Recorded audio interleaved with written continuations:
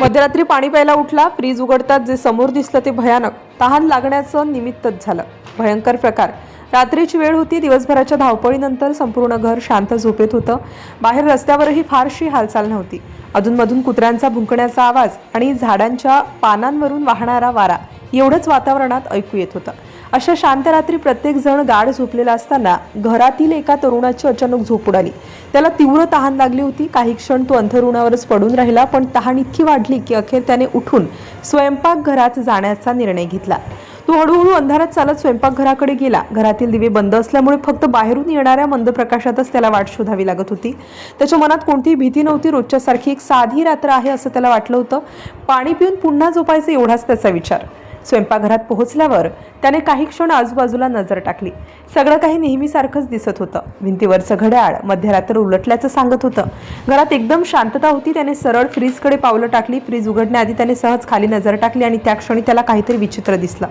पहिल्या नजरेत त्याला वाटलं की कदाचित एखादी वायर असेल किंवा एखादं जुनं कापड तिथं पडलेलं असेल, पण काही वेळानंतर त्याच्या भावना एक मनात निर्माण झाली.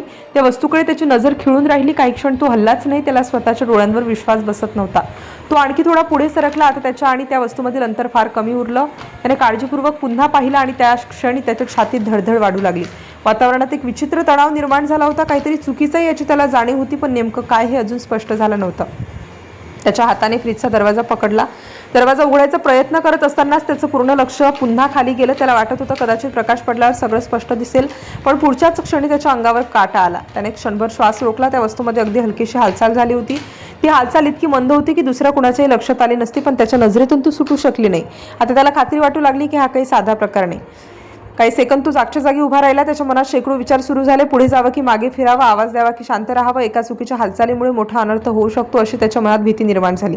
घरातील बाकीचे सदस्य अजूनही गाढ झोपेत होते. त्यांना बाहेर काय सुरू आहे याची कल्पनाही नव्हती, पण स्वयंपाकघरात उभ्या असलेल्या त्या तरुणासाठी तो प्रत्येक सेकंद जणू एका तासासारखा वाटत होता.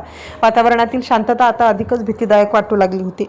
त्याने पुन्हा एकदा त्या दिशेने नीट पाहण्याचा प्रयत्न केला. त्याला अजूनही वाटत होतं की कदाचित हा त्याचा गैरसमज असेल, पण जितकं तो पाहत होता तितकी त्याची भीती वाढत होती. त्याच्या कपाळावर घामाचे थेंब जमा होऊ लागले. त्याच्या पायांनी आता साथ सोडायला सुरुवात केली होती. आवाज न करता मागे सरकण्याचा प्रयत्न तो करत होता, पण मनात सतत एकच प्रश्न घुमत होता. जर ती गोष्ट अचानक हल्ली तर? जर ती थेट माझ्याकडे आली तर? रात्रीची ती शांतता आता त्याच्यासाठी भयावह बनली होती. फ्रीज समोर उभा असलेला तो तरुण आता पूर्णपणे सावध झाला होता. प्रत्येक हालचाल तो विचारपूर्वक करत होता, कारण एक छोटीशी चूक जीवावर बेतू शकत होती. त्याला आता स्पष्ट दिसत होतं की ती साधी वस्तू नव्हती, पण तरीही तो स्वतःलाच समजावत होता की कदाचित डोळ्यांचा भ्रम असेल, मात्र मन त्याचं ऐकायला तयार नव्हतं. त्याने हळूहळू एक पाऊल मागे घेतलं. त्याचवेळी पुन्हा एकदा त्या वस्तूमध्ये हालचाल झाली. आता मात्र त्याच्या अंगावर सरकन काटा आला. त्याच्या हातपायांचा थरकाप उडाला. त्याला परिस्थितीची गंभीरता समजली. एक क्षणही तिथे थांबणं धोकादायक ठरू शकतं याची जाणीव त्याला झाली. त्यामुळे त्याने कोणताही आवाज न करता मागे सरकण्याचा प्रयत्न सुरू केला.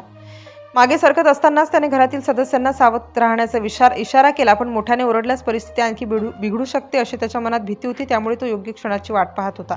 शेवटी त्याने धाडस करून स्वयंपाकघरातून बाहेर पळ काढला आणि घरातील सर्वांना जागं केलं. काही क्षणात संपूर्ण घरात एकच गोंधळ उडाला. प्रत्येक जण घाबरला होता, पण कुणाला आत जायची हिंमत नव्हती. त्यानंतर वन्यजीव बचाव पथकाशी संपर्क साधण्यात आला. काही वेळातच बचाव पथक घटनास्थळी पोहोचलं. त्यांनी परिस्थितीची पाहणी केली आणि अत्यंत काळजीपूर्वक शोध मोहीम राबवली. बचाव पथकातील सदस्यांनी काही मिनिटं शांतपणे निरीक्षण केलं. घरातील सर्वजण दूर उभे राहून काय होतंय हे पाहत होते. प्रत्येकाचं लक्ष फक्त एका जागेवर खिळलं होतं आणि अखेर सत्य समोर आलं. ज्याला सुरुवातीला हिमांशूला सापाची शेपटी वाटली होती, तो प्रत्यक्षात अत्यंत विषारी कोब्रा होता. तो फ्रीज खाली दबा धरून बसला होता आणि फ्रीज उघडताच बाहेर येण्याच्या तयारीत होता. जर हिमांशूने घाईघाईने हात खाली नेला असता किंवा अजून एक पाऊल पुढे टाकलं असतं तर मोठी दुर्घटना घडू शकली असती. बचाव पथकाने अत्यंत कौशल्याने त्या विषारी कोब्राला सुरक्षितपणे पकडलं आणि जंगलात सोडलं. त्यामुळे पटेल कुटुंबाने सुटकेचा निश्वास सोडला. या घटनेनंतर वन्यजीव तज्ज्ञांनी सर्वांना एक महत्त्वाचा सल्ला दिला. रात्री घरात कुठलाही संशयास्पद हालचाल दिसल्यास घाबरू नका, स्वतः पकडण्याचा प्रयत्न करू नका आणि तातडीने वन्यजीव बचाव पथकाला कळवा, कारण एका क्षणाची घाई संपूर्ण आयुष्य बदलू शकते.